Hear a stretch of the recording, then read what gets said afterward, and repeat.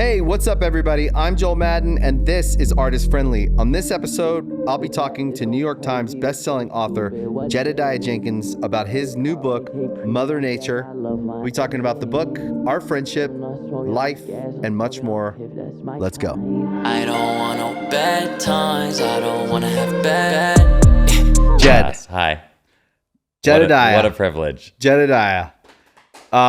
Okay, so you're a writer, and we're going to talk about your books, but we'll get to that. Perfect. That is the most important part, but also the least important part, Who cares? What are you talking about? right? Anything. I don't even know where to start. Our lives have too many angles. We're very which I like. interconnected. I know. We're connected through Nicole. Mm-hmm. We're connected through a bunch of friends. Mm-hmm.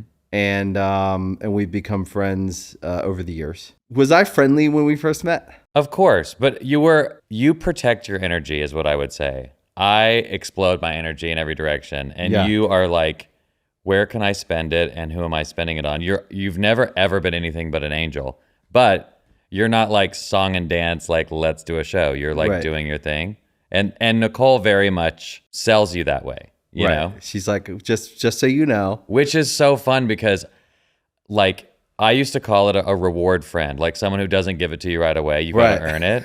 Like I That will is tell me. you, I got to tell you, that is me. It does take time with me. yeah, there's like a scarcity to energy, and I will tell you, the highlight of my year was when your son said, "I want Jed to come over and play cards." Yeah, he loves you. I am so intimidated by anyone that's under 15. Yeah. And he is so selective with his words and his energy. Yeah. Like And- me times 100. Yeah. Yeah. And then he's like, can Jed come over and play Egyptian rat screw? When I got that text, it was like Barack Obama called me into the office. I was like, this is my moment. That's how it feels when he. And I don't like children. I want them nowhere near me. But when I'm chosen by a hard-won child, Yeah. then I believe that our species is worth it. He doesn't fake it. No. So it is cool. He loves you, and he loves playing that game. I love with you. him. But it does take time, right? For those that don't know what Egyptian rat screw is, it is a card game where you have to it's very fast paced and you have to slap doubles in sandwiches. Google it. It's very fun to Yeah. play with your family, and it gets like grandma rowdy. So It does get everyone it's rowdy. very fun. And Nicole now loves. Yeah. That's her party trick. Yeah, it's so fun Yeah, she brings a deck of cards to any party, and she's like, "Do you want to learn a game?" because you can learn it in 10 seconds. It's Yeah. not even but you can get good at it. Nicole is very good at it. And it's fun. Yeah.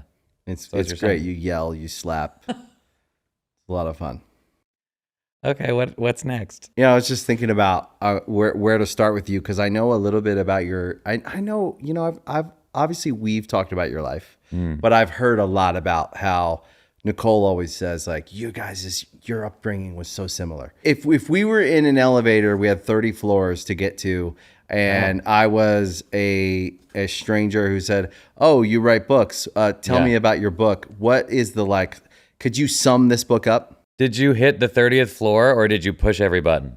But pushed Are we every stopping other it? button. Okay. It's about my mom is a conservative, Trump-supporting, evangelical, Jesus-loving, Bible-adoring Southern woman. Okay.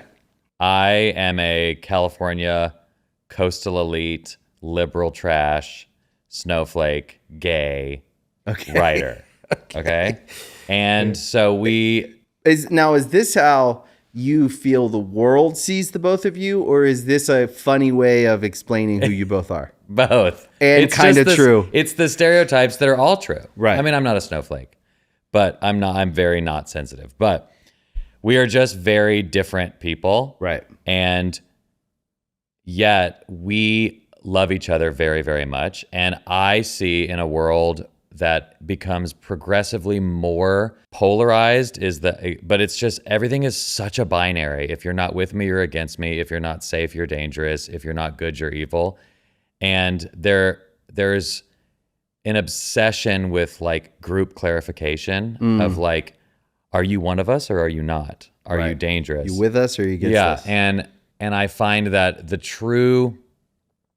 really the election of Donald Trump like clarified this country, and a lot of families split apart. I know a lot of people who stopped talking to family members. Yeah, it was a tough time. From just the clarity of did you or did you not vote for this person? Right. Because I always was like, okay, well, if you're queer and you grow up in a religious household, a lot of queer kids have falling outs with their family over religion. That's like something normal in the queer community. Right. But then I noticed what felt not normal or new was that like political divides were causing families to rip apart in a way that it felt new. Mm-hmm.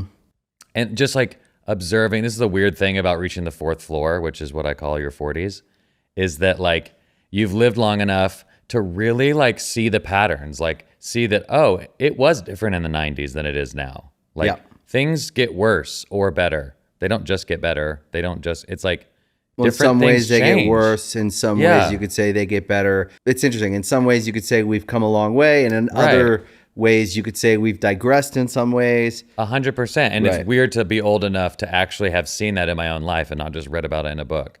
But I've just seen that. Sorry, we must be on like the 27th floor. And so no, it's a slow elevator. And I love how I love how you explain things. It's really interesting. I had Cleo Wade on here, and listening to a writer speak, you do have a way of like writing while you talk. Yeah. Maybe it's just how your brain. She's amazing. We both communication is our job and into words. So we're both like extroverted people. She protects her energy more than I do, but like you're funny. Whatever. So I would say I observed that, and then people in my life would see my relationship with my mom because we have a very fun time together and we love each other and we talk all the time. Yeah. And they would say, how do you do that? I can't do that. And the name Mother Nature, it feels like a play on words with your mother and nature and nature nurture and all of the complex mother relationships you have. We all have a relationship with our mom, some better than others, some more affectionate than others, but absolutely all the parent-child relationship is complex no matter who you are. No matter who. Right. Even like in a world where you don't have a mother, you were abandoned, you were this or that, you were in the foster system, that relationship still has to be accounted for. Well, it still is. You were born to someone that is your mother, regardless of it, whether they claimed you. Mm-hmm. No matter what the relationship is, you have to reconcile your relationship with your mother and your father. I was reading this review in the New Yorker of this random like Russian something. And the guy said, and this is in the first quote in the book, I just read this in an article and I was like, well, this is everything. This rupture between parents and their children is what happens over and over with every new generation. There is nothing for it, no remedy, no answer. Who is right? They're both right, and they're both wrong, and neither will ever understand the other.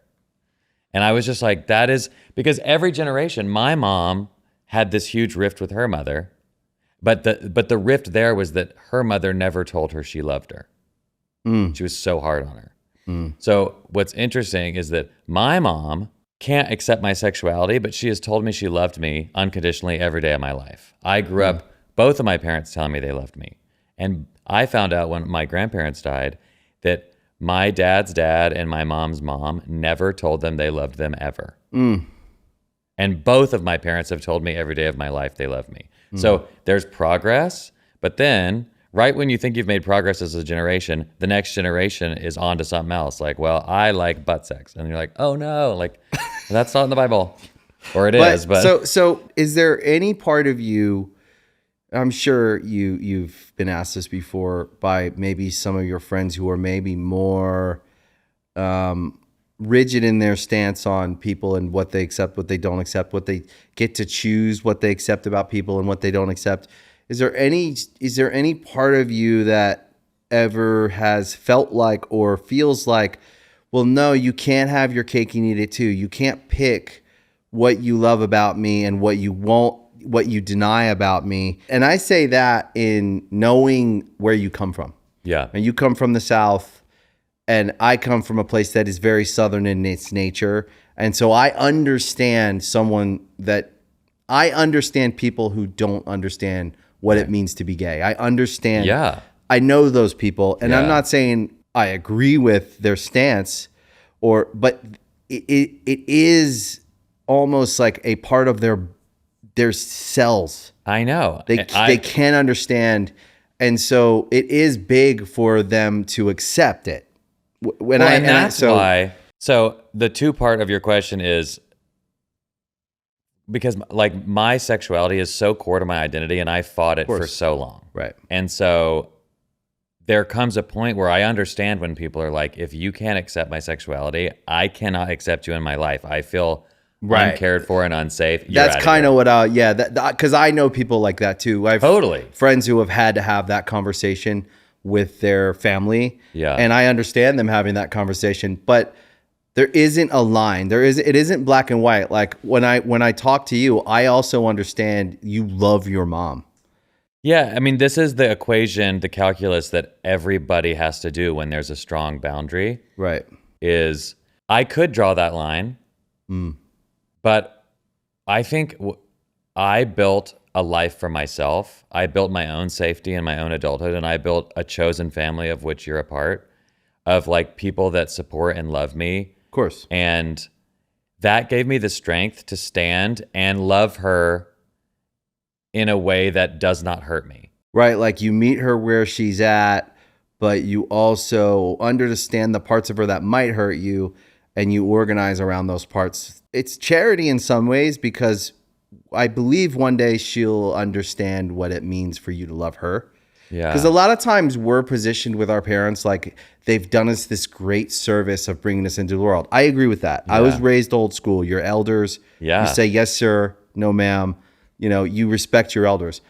As adults, though, now once we get to a certain place, now I'll always have respect for my elders, but I will always accept what they do, what they say. But now how I approach a disagreement or something that I don't like that they're doing is with respect, with love, but with boundaries. Yeah. And armed with my perspective and information that I have.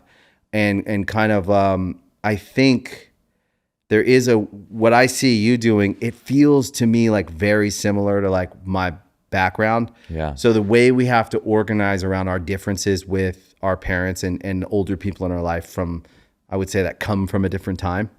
Yeah. I think it's also informed us how to deal with the current world because there's so many people, like you said, that draw lines and separate and clarify from each other. Mm-hmm. I'm not like, fuck you. That's not how I feel. It's just not how I feel. But I am like, no, let's experience one another. Let's relate to one another. And I guarantee if you relate to me, you'll understand my perspective and you'll understand why I'm in the position I'm in. And then I'll relate to you as well. And I'll have some empathy for where you're at. I say it all the time. I really think in our real lived life and our lived experience, we relate to the people around us no matter what. Mm-hmm. Because we're building a relationship with our environment. Well, they say that empathy, the equation for empathy, distance in time, distance on earth, and then likeness to self. So the more or the closer those things are, the more empathy you have.